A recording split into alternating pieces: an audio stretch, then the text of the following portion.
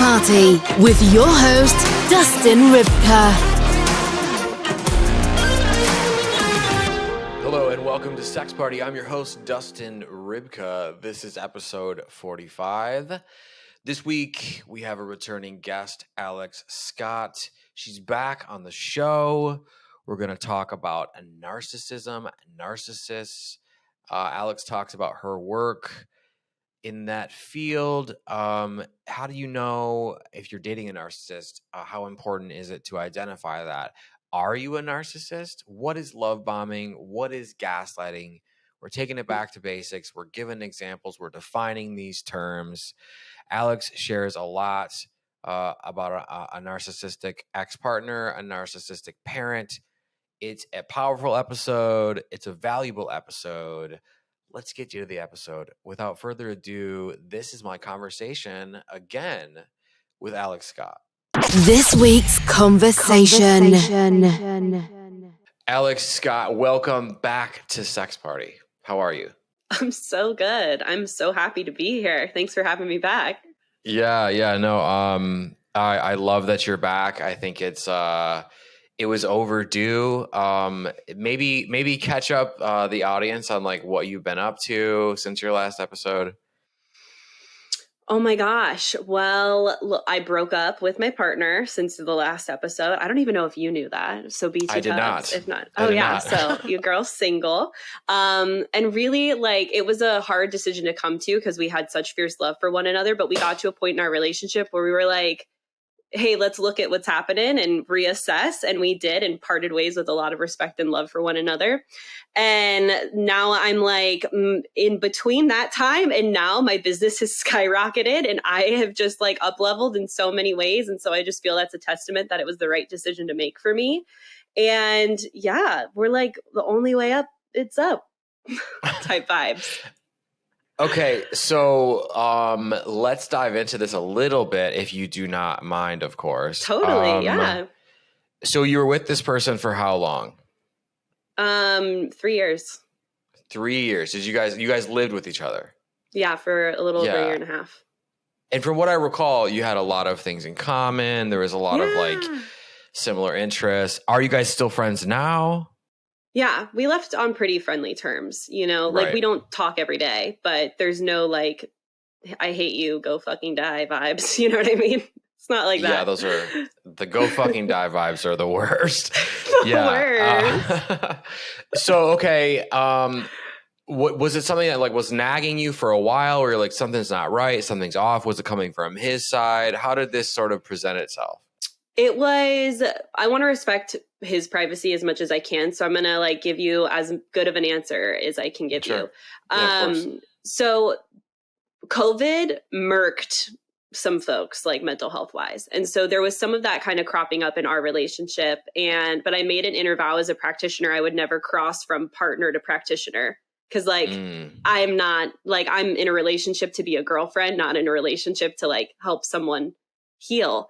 And so after trying to like, you know, and I was, you know, I'm actually very proud of how I handled this. I was like very supportive, you know, I'm really proud of, like I said, like how I stood by his side when he was like going through some things. But there comes a time in a relationship where despite how much love you may have for someone, if things aren't progressing, you know, towards a trajectory where there's emotional safety and stability, and there's also financial safety and stability, and you're the one picking up the slack for that, like we need to figure out what the next step is.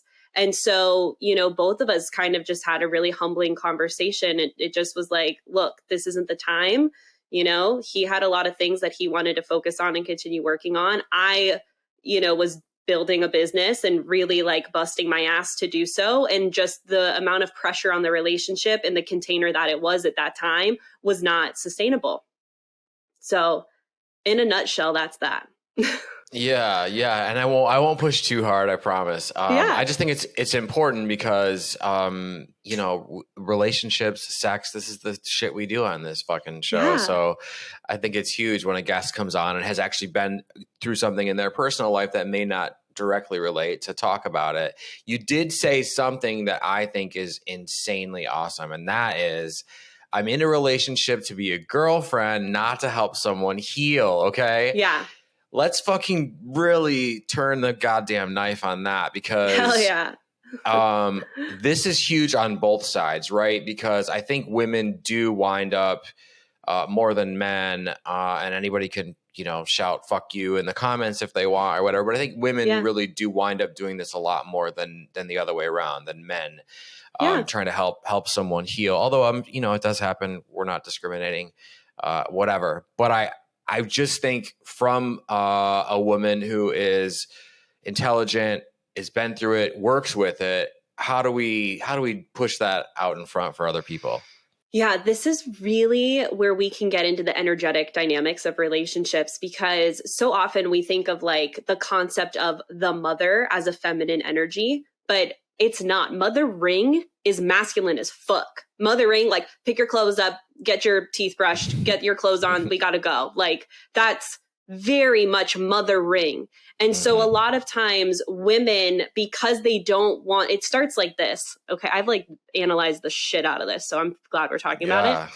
Yeah. A lot of times when women start to date, they're like, I can't be too much. I can't be too demanding. So, we start to spend time with one another. Maybe we're at someone's house and it's like, oh no, you don't need to like pick up your dishes. I'll come grab them. I'll wash them. You don't need to wash them. No, you don't need to take. And so it becomes like this, I don't need your help, right? Like, I don't want to be needy. So we start to like push away. And then as the relationship gets, more stable, all of a sudden we flip it and it's like, why don't you ever pick up after yourself? Why aren't you ever contributing to the, XYZ? And we step into a very masculine role when we start doing that to our partners. And so it's the same dynamic when, if we're going to be a girlfriend and we want to be in our quote unquote feminine energy where we receive, where there's a push, pull, flow to the dynamic of a relationship, women need to stop mothering their partners and take a chill pill and just enjoy the relationship in the present. Like, that is the most sexy thing a woman can do, is like, I'm here, I am me, you are you, and we are going to ebb and flow together like a school of fish. Like, that's like the best way to put it. I don't know how else to riddle that. Yeah, no, I mean, I just think that again, like it gets overlooked so much, and it's like, oh well, this is, the woman does this and the man does this, da, da, da, da, da, like whatever. It's like, Jesus Christ, when are we gonna figure out that shit is not working? That's why I started this goddamn podcast. One of the reasons, right? Yeah. Because that shit is just old hat. It's an old lie, really, because it never worked. No. Resentment grows very quickly. Very, very. Yeah, it's some patriarchal bullshit that doesn't work. We're done. Yeah, no, and it's just all like cancerous and poisonous, and it just wrecks your stuff. Which, your work, I feel like, is dealing with a lot of that poison. We had an awesome episode last time. Jesus, it fucking feels like that was like 10 years ago, but it was like, I don't know, 10 months ago, something like that. Yeah. And we talked a lot about your work and what you do. You're insanely passionate, which we fucking love around here, because I'm kind of a nut myself. And I think it's great. And so what I've noticed a lot watching you on Instagram, on TikTok, all the things, is your work around narcissism and narcissists, right? Yeah. So I really want to like punch into that in this episode. And I think, again, this is another one of these things that I think we need to clearly define first, like right off the bat. First of all, what is narcissism? It's a personality disorder, like at its, most educational scientific lens to look at it. But really, like, it's a string of behaviors that are a consistent pattern, meaning they don't just happen every once in a while. Like, it is a pattern. It is a cycle of behaviors that you witness within someone. And the tendencies tend to be like a lack of empathy, really judgmental, a sense of superiority, inability to tolerate any kind of emotions within themselves or others. The list goes on, very, like I said, opinionated. My opinions are facts. There is no arguing them. Even if the facts quite literally are delivered, a narcissist will be like, nope, all of you are sheep, So the issue I think I see a lot right now with this word is it's very clickbaity, and we need to be careful with it because, in my opinion, two things can happen. One, the survivor of the narcissistic abuse will be so focused on trying to diagnose the other person that it severs their ability to take responsibility for their part in choosing to be with the narcissist or their part in choosing to heal from the narcissistic abuse. And then the other side of it is, the truth, unfortunately, especially here in America, is that a lot of narcissistic tendencies have been normalized. And so now we see someone gaslight someone one time and it's like, you're a narcissist, when it's like, nah, just toxic positivity is a form of gaslighting. No one means to be causing someone psychological abuse, but it's like good vibes only, don't be sad. Don't take your sad energy over here. Right. So we need to be careful with labeling. Yeah, I mean that's huge. So to jump back in at the beginning, a narcissist at its core, a real narcissist, not like a fucking internet fake narcissist, right? Yeah. Because when I think narcissist, like, oh, someone looking in the mirror all the time, like from my childhood, like whatever dumbass definition we have, I'm like, geez, I must be a one hell of a narcissist, right? Because I can't stop looking at myself in this fucking camera right now, right? So I'm a narcissist. Yeah. So like that's the old bullshit, right? So it's not true. A narcissist is someone who does what? Gaslights, blame shifts. Basically, if we're going to peel back the layers of what this personality disorder is, it's someone who will not take accountability because they want to avoid shame at all costs. It is truly a personality disorder built from trauma responses to avoid shame. And so that's if we way boil it down. Now, if we're on the surface level of I'm out and about in real life, what do I need to look for with a narcissist, right? It's going to be someone who, again, can't take accountability. So they're never wrong. There's always some excuse. There's always someone to point the finger at, which turns into the blame shifting. So it's well, I wouldn't have screamed at you if you didn't do this, right? And it's okay, no, literally, you're your own human being. You are the one in control of your voice. You know what I mean? The gaslighting, just to break that down a little bit more, is causing someone to, question their own reality and emotions. This actually happened on Bachelor in Paradise a lot last week. So on my podcast, I had a ball unpacking it. It was just textbook.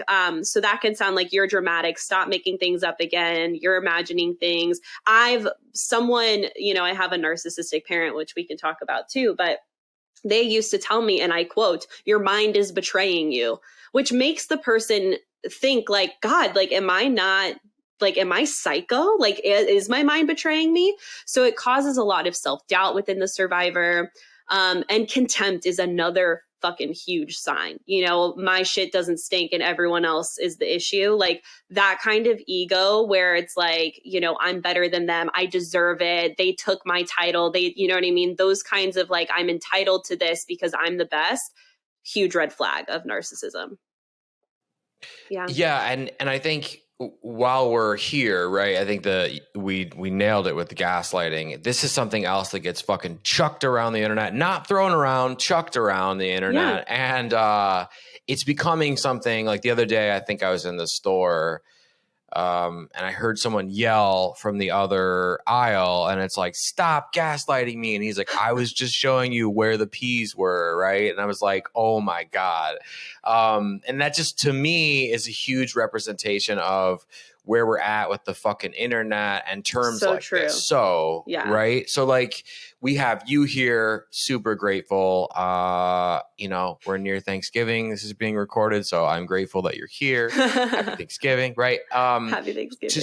So let's sort of unpack the gaslighting bullshit. Okay. Can you define it super dumb for me? And then can you also maybe give an example or two of what gaslighting looks like? Yeah. So gaslighting is when a person A says to person B something that makes person B question their reality or sense of self or opinion or emotions. So, for example, this happened on Bachelor in Paradise the other day, same person. Okay. So there's this couple and the girl's trying to speak up for herself and she's hey, you did X. And he goes, stop gaslighting me. And she's that's not gaslighting. And she was right. Gaslighting is not saying, hey, when you ran over my toe the other day with your shopping cart. That really hurt, right? That is not gaslighting. That's me just saying like, hey, this hurt, literally, right? But you telling me that I'm gaslighting you is gaslighting. Mm-hmm. Because what you're doing there is you're literally switching the roles of like, instead of you taking accountability for like, yeah, my bad, I rolled over your toe with the shopping cart, dude. Mistakes happen. I'm sorry. I'll aim better next time, right? Super silly example I brought up, but hopefully you feel me. That's like a healthy human is going to respond and like take accountability and be like, yeah, you know, shit happens.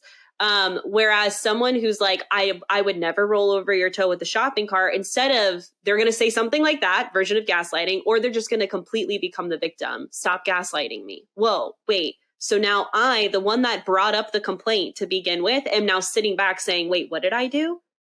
What's happening? So is that better? I hope I broke that down. It's amazing, maybe with my toe example. No, I mean it's incredible the way that you did it. And again, like I'm the host, so I'm here to like ask like the boiled down like ding dong questions, right? Because like it's not a ding dong question. Like people are kind of confused because the internet fucks shit up. So we're here to and you know, and to give an even more real world in the moment example of when I gaslit someone, and I will pull the pin out and drop it in my own lap here because this is what we do. Welcome to Sex Party. I was in a relationship years ago, and I was texting, cheating, whatever you want to call it, with someone else. When my girlfriend, who was in the right, questioned like, hey, what are you doing texting so-and-so? I'm like, I'm not texting. Are you crazy? You're crazy, right? Bing, gaslighting, right? Yes. That's gaslighting because I'm trying to convince her that she's nuts. Exactly. And why are you trying to convince her she's nuts? So you escape the accountability of like, oh, fuck, yeah, caught red-handed. And like, that's, and by the way, like I've gaslit people too, and I'm a practitioner. So let's just like make space for human behavior. And again, like I said at the start of the episode, this shit's been normalized. We see it in movies. I saw it in Harry Potter the other day. Harry and Hermione gaslit Ron. I was like, this is great content for me because it's textbook, but because we see it and we don't know what it is, we adopt these behaviors thinking that they're okay because I've been treated that way. I've seen others treated that way. We see it in movies. We see it in fucking TV and we don't know. So we just repeat. It's monkey see, monkey do. And it's not okay. So yeah, I mean, a large part of the 80s and 90s are like all gaslighting women in movies and shit. Yeah. Tons. Right. So how much do you think then, now that we have these terms, they're clearly defined, right? How much do you think, and we've talked about the internet like totally just fucking scorching it, making it worse. How much of the internet making it worse is the actual problem, right? Because you're dealing with clients, you're dealing with people who are being treated a certain way or are treating others a certain way, and they want to stop doing that or escape the sort of whatever. I'm going to give you an interesting answer. I don't feel like it's making it worse. Here's why. I think that on the one hand, and I'm going to explain this because I also agree with what you're trying to say. So let me just break it down for you. Yeah. On the one hand, I feel it's a beautiful thing because, you know, I want to say like, let's just cut it 50-50. 50% of the people who see content on gaslighting are actually going to absorb the information, understand it, and now do better with it. Right. So that's beautiful. And then I think the other 50% or whatever the true, because again, these aren't legitimate statistics. I'm pulling these numbers out of my ass. But for the sake of this example, let's say the other half, you know, hear it and they're going to use it as a way to continue to gaslight others. You see what I'm saying? It's like people are who they are. So it's not necessarily the content they consume that dictates a person's outcome. It's more the person and their moral character on what they're going to do with that content. You see what I'm saying? So I think if there's content out there that, and there is, you know, defining gaslighting not correctly, that's the issue. But I think that there's far less of that. And there's far more of people just adopting these new mental health verbiage, fad words to try and, you know, mitigate their accountability, like escape out of it, you know? So that's my 2 cents on that question. It's like, I think it's doing more help then bad. But in the case of bad, it comes down to either people are just being people and continuing to, participate in a shitty dynamic, or people are just parroting things they don't truly understand. And it's misinformation, which has been happening since the internet became a thing.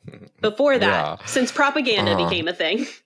Yeah, for sure. Well, the reason that I asked that, and I hope that everyone who is a regular listener is taking notes in their phone, because an expert just backed me up on what I've been saying these last couple of weeks. And that is, around the show, I ask questions on Instagram, on Facebook, wherever I can ask questions, and they don't throw me out. That's where I ask questions.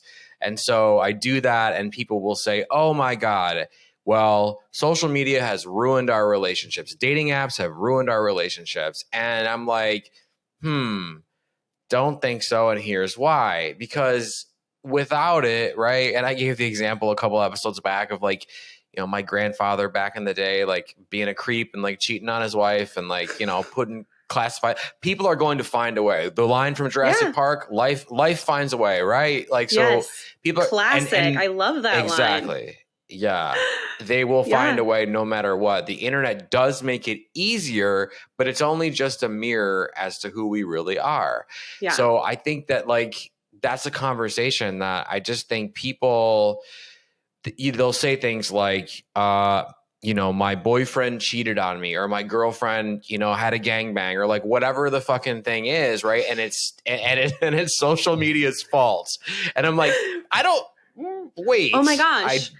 Yeah. I had someone comment that in my Facebook group the other day, and I had to lovingly be like, wait a second here. Cause she was like, this girl stole my narcissistic man. And I'm like, whoa, there's a lot of pieces at play here. And the whole thing was like, how dare she take my man and now my kid? And I'm like, girl, she didn't do anything. That guy literally love bombed her because, again, she's in a support group for healing from narcissistic relationships. So here's what probably happened. That guy love bombed her and completely did a smear campaign on you. And now you're over here interpreting it like she's this vixen that just like swayed your man. No, he's the guilty party here. Yeah. Yeah. It's crazy. Always the guilty party. Right. The person who makes the decision is the guilty party. Yeah. I mean, come on. Yeah. You said love bomb, right? And since we're defining terms. Yeah, let's do it. What is a love bomb? I think like so often I've even had clients be like, but they didn't love bomb me like, with compliments or large purchases. Cause we hear that and that's where our brain goes like, oh, someone who's just like, you're my soulmate. I can't live without you within 5 minutes on the first date. And sure, that's a version of it. Okay. Another version of it, yes, is large purchases. Like, we're taking her to Tiffany's on the second date or something, or traveling to Dubai, like some luxury destination really quickly. Tinder swindler is actually a great example of love bombing in that way. So I digress. Moving on. The most. Hold on a second. Wait. Did someone try to take you to Dubai or like what? No.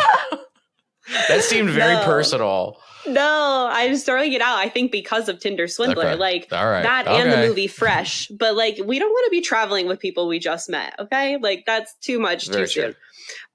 Yeah. So I think two of the forms of love bombing that people miss the most are future faking and mirroring. And so future faking is like someday when we were living in Europe and have 5 dogs and 3 kids, like it's like building this whole romantic, picturesque future. And I'm listing out something, honestly, that's not even my ideal future. So I don't know where that came from, but to each their own, so like Sounds it might nice. not, what they're going to do is they're going to get to know you enough to be able to future fake your ideal future. So if that's someplace in Europe, if that's like in the suburbs, if that's off the grid, if that's on an island in the middle of nowhere, they will figure it out and then start, doing these little breadcrumbs of someday when, the other one is mirroring. And this is where it's like very too good to be true type vibes. Everything you believe and desire, I believe and desire too. Like, oh my gosh, you love video games? I love video games too. What's your favorite? Oh my God, that's my favorite too. Who did you vote for? Oh my God, I voted for them too. Oh my gosh, chocolate chip ice cream is my favorite too. And it becomes this whole And I also want to draw a very realistic picture here and say it's not going to happen rapid fire like that, but it will be very sprinkled throughout, oh my gosh, yes, me too. I feel the same. Someone who is chameleoning themselves to become, to position themselves as your perfect person, mirroring. Bye, Felicia. We don't want that. Yeah. Get the fuck out of here. We want someone who's an individual. Yeah. I mean, compromise is real, right? But I think the thing where people go wrong is they compromise who they are in the beginning to get in there, maybe for acceptance, maybe to not be alone, whatever reasons. And then they get mad because the other person's like, wait, I thought you liked classical music at full volume and oatmeal at 6 a.m. or whatever, right? You're like, get the fuck or whatever. I'm sick of this or whatever, right? So I feel like there is a real thing is to not compromise who you are, but then maybe compromise around other smaller, like day-to-day things, I guess, right? Yeah. So, okay. This is probably going to be dumb or weird or wacky. But again, nothing is dumb or weird or wacky here on Sex Party. You're welcome, guys. I just chucking grenades and jumping all over them for everyone. Love it. Like and subscribe. So on planet Narcissism, right? The inhabitants, people who are narcissistic, they're gaslighting, they're love bombing. Are they doing this with calculation? Are they strategic? Or are some of them just defaulting to this behavior like naturally, right? Because to me, I totally understand, I totally get it. But to be that strategic about, I'm going to get this person to love me, I'm going to, sleep with them and have sex and make them addicted to me, and then I'm going to move on to the next one. That seems very Patrick Bateman, right? American Psycho. It seems very it seems like a lot of work. It seems hard to be that psychotic. So, some of those characters are based off of legitimate, narcissists. So here's the deal. It depends on the type of narcissist. There's different types of narcissists. So coverts, the two big categories are coverts and overt. And then there's a bunch of subcategory, narcissist types underneath that. But sure. Covert narcissists, covert in the name, like it's this hidden form of narcissism. So the person out in public is very everyone likes them. They're charming. They seem very kind, but they unleash their abuse behind closed doors on the folks closest to them. And so this is the type of, clients I work with the most, or people who've been mostly in covert narcissistic relationships, because the cognitive dissonance, AKA layman's terms, mindfuck it leaves you with is that, how can these two versions of this person, Dr. Jekyll, Mr. Hyde, exist in the same person and in my one reality? And so covert narcissists, are they cognizant of what they're doing? Short answer is yes, but they don't know why they're doing it. And I've heard self-aware narcissists even say that. They're like, I know I'm a narcissist. I know what I'm doing. I know what I'm doing is wrong. I just don't know why I'm doing it. It's like a compulsive behavior.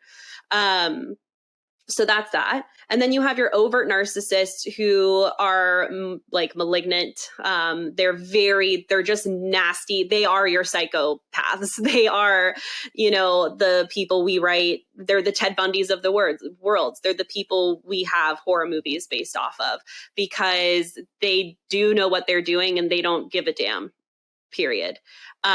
So the next question that I usually get that follows are they aware of what they're doing is, can they heal if they do become aware? And that's such a complicated answer that I always am hesitant to give. But short answer is yes, and with a big fat if, Dustin. If they're willing to go to therapy on their own consistently. Because a lot of times there's narcissists who will even go to therapy in a relationship with their partner and just manipulate the therapist for their own gain. It's gnarly. Yeah. Okay. Lots of information. We're taking it in. Number one question. So Donald Trump is then an overt narcissist? Yes. Oh my God. I was going to say that. And then I was like, I don't want to step on any toes. But yeah, that's the perfect example. The Donald Trumps of the world. Yeah, Okay. 100. And Yeah. he gaslit the And whole country for 4 years. So if you want to study gaslighting, Yeah. we can run that tape back. Yeah, for sure. Over and over again. Okay. So, and he doesn't want to heal. So he's out. Right. Mhm. So Very let's say rare. that someone does want to heal. Right. Let's Yeah. say, is there, well, first of all, is there like a set of questions? Is there like a blood test that someone can take? How do they know if they're Yeah. really, truly a real life narcissist? Yeah, so there's this handy dandy book called the Diagnostic Statistic Manual version 5 is the latest and greatest. So the DSM-5, you can Google it, you can Amazon it, you can get your own copy if you really, really want. But this book is the textbook that any psychotherapist, psychologist use to diagnose all ranges of personality disorder, everything from autism to, yes, narcissism, sociopathy, and what have you. And there are 9. This is what makes me laugh. There's 9 criteria in the DSM-5 of what constitutes as a narcissist.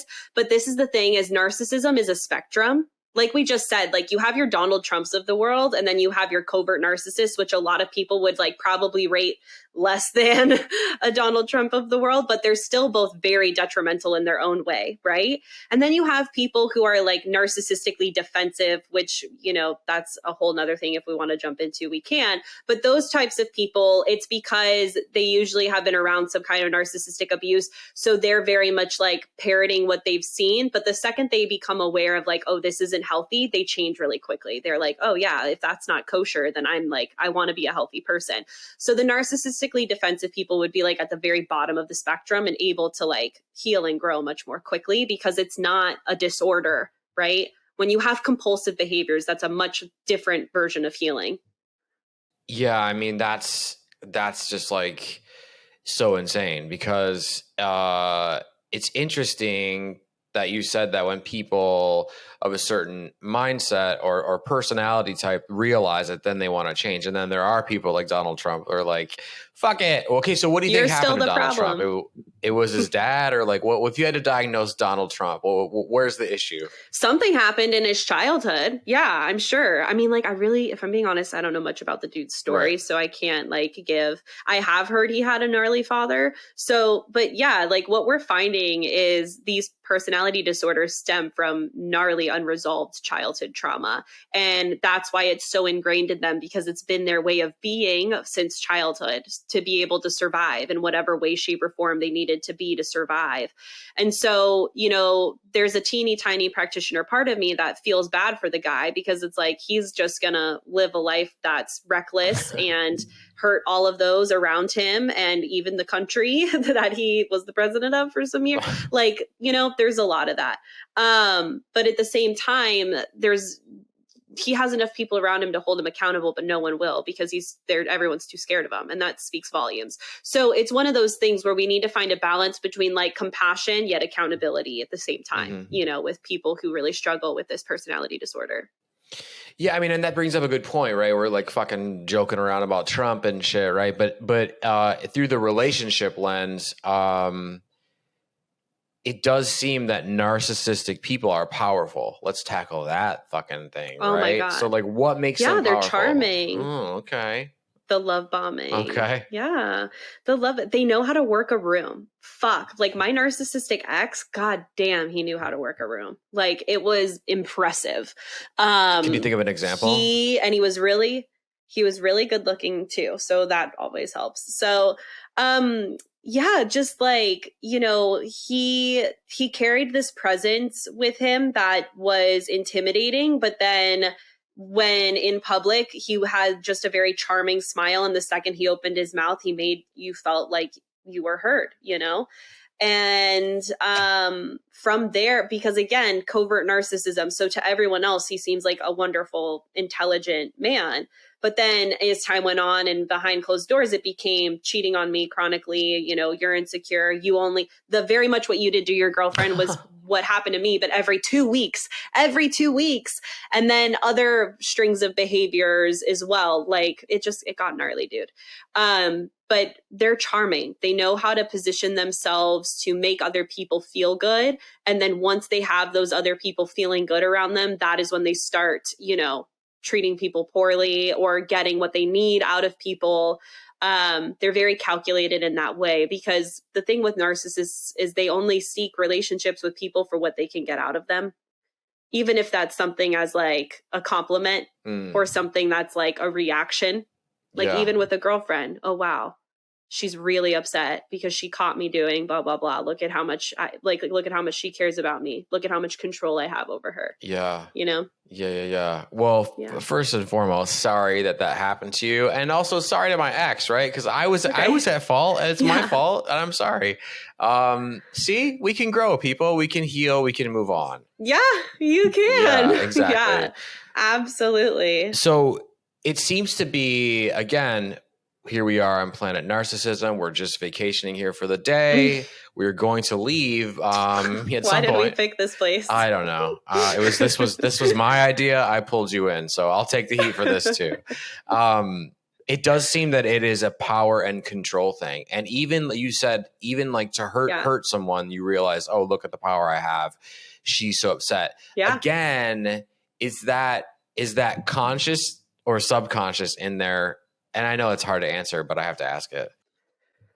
From what I've heard, because like I'm not one, but from what I've heard, it's conscious. They like what they're getting out of you. They take enjoyment, they take pleasure out of it because it makes them feel good in some kind of way. Whether it's like, wow, look at how much they care about me, and that makes them feel good, even though it's like they cheated on you to get the reaction of how much you cared about them out of you. You know what I mean? Like they do it in fucked up ways. You know, or if it's something like passing someone at the church comes up a lot. That's another story for another day. I feel like there's a lot of narky people that hang out at church. But yeah, doing something like that, where it's like, you know, communal narcissism, like, oh, I tithe 20% of my income this month because I'm such a great, you know, disciple of the Lord. It's like, you know, communal narcissists are always shaming others for not donating as much as they are or giving them as much as they are. Yeah. So it's all of this, like, I need to be the best. I am the best. And look at how much control and power I have over the people around me in my environment. Yeah. Yeah. I mean, and so, you know, we talked about the internet and how it's not the internet's fault, it's people, but there are people like Donald Trump who utilize the internet. There are people like Andrew Tate, right? I'm not sure how familiar you are with this, right? And we have not talked about it on the show yet. So like someone like him who is like narcissist for a living, almost like he's not running for political office. He's like, you know, that's his trade, is this is how you treat women. Results don't vary if you do this, and it's some real fucking insane shit. What are your thoughts? Can Andrew Tate be saved, right? No one can be saved if they don't want to be saved. So if they've aligned their brand with being narcissistic, then what desire would they have to change? Right. It would really take like a come to Jesus moment for them to, you know, desire that, whether that's losing a loved one and some people don't ever get there. Let's draw that finish line too, you know, where it's like, I'm going to live, bleed, breathe, and die by this motto. And that's what it is, you know? So really, like, at the end of the day, healing is the same for people with personality disorders as it's the same for people without them. It's, do you want to change or not? Like, that's literally it. You either do or you don't. Yeah, no, for sure. I mean, I feel like with Andrew Tate, right, he lost the YouTube, I think. He lost I don't know, like Instagram, right? But he got Twitter back this week. So here we are, right? So why is someone like him dangerous? And for those who are listening or watching and don't know who the fuck this guy is, he's like a dating coach or something for men, and basically just like trades in the art of manipulation, I would say. Does that sum him up or what? I'm not super familiar with him myself, so I don't even know. Yeah, but like he basically, you know, is the I've heard of Tom him. Cruise's character in Magnolia. Yeah. So he just like is really like the man is the one who's always in control, and this is how you do it, and that sort of stuff. But he has a really large following, did, right? And you know, I've talked to like dudes that are younger, like just graduating high school, going into college, and they're like, oh, Andrew Tate is the fucking man. And I'm like, wait a second. He famously said, and this is what got him in a lot of trouble towards the end, that women women who were raped and had an abortion, it was like they're at fault for both things, for getting raped and like some horrible shit, right? And that's what got him yanked, rightfully so, because what a fucking idiot. But the people who were singing his praises, like these younger dudes that friends of friends, right? Like friends' kids, like that I know and love, right? They weren't aware that he made those comments. They were only seeing the through line between this is how I act. Oh, I can get girls this way, right? And I think to me that's the most dangerous part. Yeah, I agree. Like, because even just that, this is how I need to act and then I can get girls. Where is that desire coming from? Like, is that coming from an insecurity? Is that coming from a need to posture against your other male friends? Like, what is that? Do you desire women because you want to connect and respect and love women? Because if so, I doubt you're going to be like, these are the steps to take to capture a woman. You know what I mean? So it's just like, yeah, I think that if anything is preached from a lens of like, you need to do this to conquer over, like win over another person. Like you're just like you said, you're learning a form of manipulation. You're not learning a form of healthy, conscious relationship, because that's just being. That's literally you being you with confidence, like owning who Dustin is, which you've done, owning who I am. And that's going to call in the right partner for us. Not this like follow my steps 1 through whatever to get this chick to have sex with you. Like, that's just not, yeah. But yeah. I still think if this guy decided he wanted to heal trauma and be a better person, there's hope for him. It's just a big if. It doesn't sound like he's going to get there, I think like if, give it 5-10 years and when like the money dries up, then he'll do that just to pivot and get all sorts of money again. Yeah. That would be like, yeah, but that would be the move of a manipulator. Yeah. Manipulator's gonna manipulate Alex. No, he's terrible. Yeah, and so that's why I want to bring him up because it's been such a hot button thing lately. It's kind of died down now, but he was just reinstated on Twitter. So let the fucking chaos not ensue. Yikes! Everyone was reinstated on Twitter. Jesus, Elon. Yeah, no. Speaking of narcissists, yeah, yeah, had to get that one in there. And that's the thing too is like some of these people are really incredibly intelligent. You have to be somewhat intelligent to know how to do this stuff. So, yeah, they're everywhere. It's not like they're dumb people. And that's the thing is people don't get is like, you talked about Ted Bundy for a hot second. I mean, we could go on like people in business that are, narcissistic, sociopathic tendencies. They're very, very smart. And you have to be in that job. Like, look at how much they get away with for a while till it catches up with them, And it's like, I will say that I feel like there's this common thread amongst a lot of, especially Ted Bundy types, because I've always been fascinated a little bit by serial killers and like what it is. And so I've heard that a lot of them towards the end, they finally get to a point where it's like they want to get caught and they leave some kind of loose end. And it's like almost a version of like self-punishment, but it takes a while to even get there. It's just fascinating to me. It's like, there's a part, like I said before, there's a part of me that really feels for these people because really deep down, they are some broken, fucked up human beings that are just crying out for love and attention, but just going about getting it in the absolute worst fucking ways. Yeah, no, I mean, why kill people? Just run for president. Why kill people? Just, slap your name on a fucking ballot. Yeah. You don't need any experience. Yeah, and I mean, then you can take field trips to the Capitol anytime you want, right? With all your friends. Yeah. Yikes. They're not even going to post this on YouTube. They're going to be like, that episode's no more. I don't know. I feel like YouTube's pretty gracious with the shit they allow other people to post. We love you, YouTube. Thanks, YouTube. Yeah, we love you.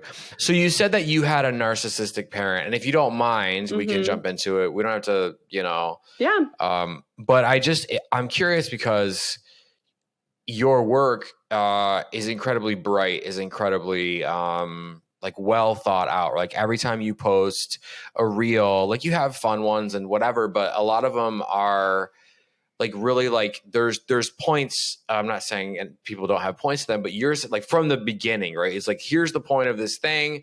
Here's why I'm going into it, and I think for someone to do this work and be thoughtful and intelligent and like really mindful of they have to have some sort of personal experience. You talked about your ex being a narcissist, but then you mentioned a parent. So did it start with the parent? Was it your mom or your dad? And then did it go into, I want to do this? Like, when was that realization that, oh man, I was fucked with, and now I want to fix it and help everybody else? 'Twas my mom. And I had no idea about the parent until I had the ex. And so Cliff Notes version is, started dating this guy. It was a hot mess express for a year and 8 months, because of the cycle of narcissistic abuse, which is, love bomb, devalue, discard, hoover. And that just went on repeat really quickly. So he had like a 2-week cycle. So I was getting like emotional whiplash, like a crazy person every 2 weeks for a year and 8 months. And finally, when I decided to like put it down, I started Googling like all of these patterns and the behaviors I was seeing. And I started learning about narcissism, and I had never heard about it before. So then I go over to like learning more about narcissism, because I think like, wow, this guy's just super toxic. I also knew at this point that he went to court-ordered therapy due to physical violence at a club. And so I was kind of curious, like if any diagnoses had come up during those 2 years. So I went and asked him about it. And right when it was basically a breakup conversation where there was like nothing to lose, because I was like, I'm really done. Like, I'm done. Like, I never want to talk to you again. By the way, were you ever diagnosed with NPD or BPD when you were in court-ordered therapy? And he was like, yeah, stuff came up. And I was like, okay, cool. Bye. So then I started learning more about it. And as I started learning more about it, that's when I was like, oh shit, this checks the box of my mom. And that broke me, because I, at the time, was still trying very hard to have a relationship with her. And because like, that's the thing, is like, you love your parent, they're your parent. But I knew I hated my relationship with her. I didn't know why. I was like, God, it's so dramatic. It's so volatile. I don't feel safe. Like I was always on edge whenever she was around. And even in adulthood, at this age, I'm like 25 and still feeling this way. And I had started like learning about this. I was already in therapy for some other things I wanted to work on. And long story short, in 2020, after many years of like talking and not talking and talking and not talking, I just finally was like, I gotta go. And so it's been a little over 2 years since I've cut contact with that parent. And life has been a lot happier, healthier, stable, less anxiety, so much less anxiety, less drama.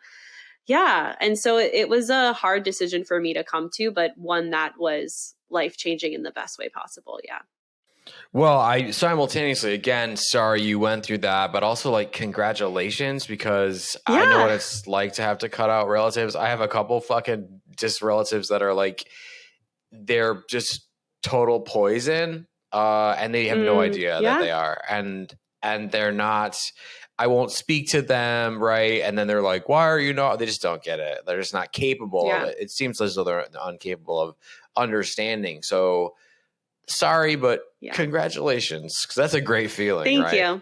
Yeah. Oh my God, so good. And I like, I was saying this to a client the other day. It's like the fact that like we don't get to choose who our parents are, right? And so for a while when I learned about this narcissistic parent, I was fucking angry. And I was also religious at the time. So I was like, really, God? Like, why would you do that to me? That's a little fucked up, right? And then as I got into the work that I'm doing today, I was like, this was my purpose. Like, I truly feel that I was delivered. My soul was delivered to the parents I was delivered to have the experiences I had to lead me to what I'm doing today, because it's so rewarding. It's so rewarding being able to like help women heal and like really fall in love with themselves and develop healthy, conscious relationships. It's just, I would do it all over again. As shitty as it fucking was, I would do it all over again to be able to do what I'm doing today. No, that's awesome. Yeah. I mean, and that makes so much sense when you go and look at your Instagram and your TikTok, because you can see, and that's what I was trying to point out, you can see that it's like fun, entertaining, right? And you have cool hats all the time. But it's also like there is this value point that you get right in the beginning instead of having to wait for the middle or the end. And only someone who is coming from a place of like, I guess it would be like intention, but who's also been like affected by that fucking same pain would do something like that. It's not just one reel. It's like piece of content after piece of content. Which is what spoke to me, which is why I wanted to pull you back into this fucking shit show with me. So you did say, welcome back. You did say two things that I want to touch on, right? One, you talked about how the boyfriend, right, made you realize, or partner, sorry, made you realize that there was a issue with the parent. Okay.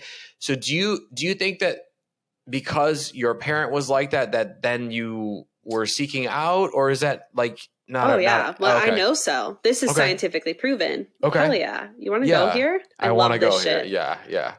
This is the shit I get off on. I'm like, fuck, this is the hill I will die on forever. And it's the shit I talk about the most. So let's go. Our nervous systems, dude, they dictate all of our patterns. So from the moment, honestly, when you're even developing in utero, meaning in your mother's womb, your nervous system is already learning its environment. So that means if your mom is super stressed, you're sharing that stress already as a child. And so then you come out and you're birthed into this world and your nervous system is still going to work to like learn its environment, learn how your nervous system needs to act and be in order to survive. So from a very young age, I was emotionally neglected. I heard stories of me growing up being emotionally neglected while I was in the crib, which is a story for another day because it's kind of really fucking depressing. So I'm not even going to share those. And then also I have vivid memories of me at about the age of 5 or 6 being mocked, like literally made fun of for crying. Like, wow, do it for the camera, Alex. This is so fake. And it's like, I'm a 6-year-old.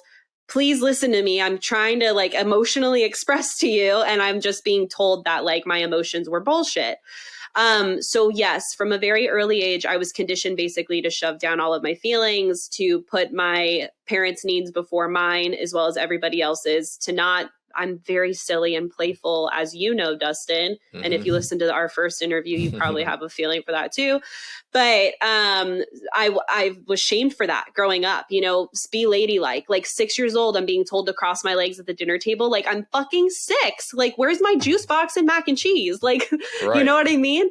So yeah, so I was very much pushed to conform, to be, and then you add in the religious abuse too. So long story short, my nervous system was quite literally conditioned to survive in a narcissistic dynamic, which meant subconsciously I was putting myself in narcissistic work environments. I was putting myself in narcissistic friendships, narcissistic relationships. It bled into every facet of my life, but I had no idea until that first cookie crumbled with the narcissistic ex.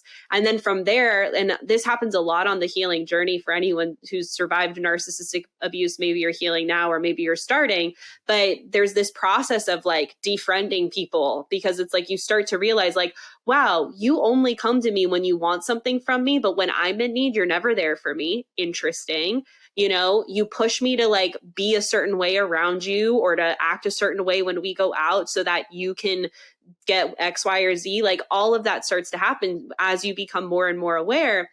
And so that's what happened to me. And yeah, I mean, I still wouldn't trade healing for the world though, because let me tell you, the friendships I have now are way more fulfilling and like emotionally deep than anything I've ever had before. Yeah, I mean, that's the thing about pain, right? It's like when you're in it, it sucks. And sometimes, I mean, you're always going to feel that stuff to a degree, I think, forever. It's always going to be there, but it's like coming to terms with it on some level with yourself. But then that does grant you like almost like X-ray vision in terms of like, fuck, I learned that lesson. Now I can see the other layer of the matrix and I can avoid those sorts of things. Right. Yeah. Yeah. I mean, everything in my life is a pop culture reference, Alex. So yeah, but I do feel that that's sort of what it's like, right? Because you can't really get to a place of healing without first being like, destroyed or whatever we want to call it, beat up on.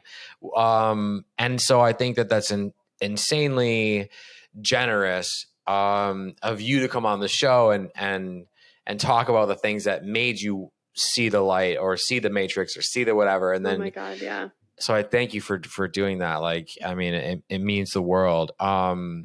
In closing, right? Maybe someone is, can you give some advice, right, to someone listening that's maybe unsure they're in a narcissistic relationship with a parent, with a romantic partner or partners, with a friend, right? Besides calling you up immediately and blowing up your email, right? And your Instagram, like and subscribe to everything she does. But like, besides doing that, like, what can they do tangibly, like as a first starter move to be like, okay. Yeah. I think that the first thing that needs to happen is stop giving a fuck about whether or not they're actually diagnosable and a real quote unquote narcissist, and care more about your own experience and how you're currently feeling. This happens far too often when people are like, they're consuming content on narcissism purely for the mindset of like, oh my God, I need to find out if they're a narcissist. You are wasting so much time and energy doing that, when what really actually matters, because here's the truth, the reality of them actually getting diagnosed is little to no, not gonna happen, you know? So what are you really doing, right? You're looking for some sort of peace, some sort of closure. All the closure you need is literally within yourself, because if you know how you feel around this person, you're on edge, you're anxious, you don't feel comfortable being yourself, you don't feel comfortable being honest, you don't feel comfortable speaking up for yourself or having human emotions or setting boundaries. If any of that is going on consistently, that is enough information for you to know this dynamic isn't serving me. And that is where you need to take action from. So that's my number one tip, is like, fuck the diagnosis. You don't need to know if they're really a narcissist. All you need to know is how you feel right now and what you want instead. That's really what you need to focus on. Wow. No, you're amazing. If it wasn't corny, I would start clapping right now, but it's kind of corny. So, you know, there you go. Silent clap. Alex Scot, let's remind them where they can find you, where they can work with you, where they can give you money, like everything you do. Come hang out with me on Instagram at the Alex Scot, and Scott is spelled with 1 T, not 2. If you type 2 in, you'll go find a really cute soccer player over in the UK, which is kind of great too. Maybe you do want to type 2 T's. And yeah, I mean, I have a bunch of different programs, everything from like a mini course that is talking about starting with healing the nervous system. So if you want to get, you know, dip your toe in the water of healing, that's a great way to start. But yeah, come hang out with me. You can also check out my podcast, Stitch the Script pod too, which we unpack reality TV and call out all the fucking narcissistic red flags on these shows. And there's a lot. There's a lot, and it's a lot of fun. So yeah, those are the best places to come connect and hang out. Well, thank you so much for being on the show again. She'll be back, ladies and gentlemen. Don't worry. I will get her and bring her back. No, thanks for doing it. It's always amazing to see you again. So nice to see you, Dustin. Bye, friends. Huge thank you to Alex Scot for being on the show with me again. Go like all her stuff, subscribe to all her stuff. She's amazing. You know, if you love amazing guests like Alex, if you love Sex Party, if you want to show that love, if you want to support, there's a couple different ways you can do that. I'm glad you asked. You can subscribe to the show. You can leave a rating. You can leave a review if you're listening on platforms like Apple and Spotify, Google, Stitcher. If you're watching on YouTube, yo, ho, whoa, yeah, ha, ha. If you're watching on YouTube, I see you. I love you. You can like the video. You can subscribe to the channel. You can leave a comment. I would say the most important is probably subscribing to the channel so you never miss an episode. Love you guys. If you want to speak to me, you can reach out in the DMs on Instagram. That's the easiest place. And as always, I will see you back here next week. Thanks for listening. The party continues next week. Click subscribe and let's make this a regular thing. Follow the show on Instagram and Twitter at SexPartyFM. Follow Dustin at Dustin Rybka.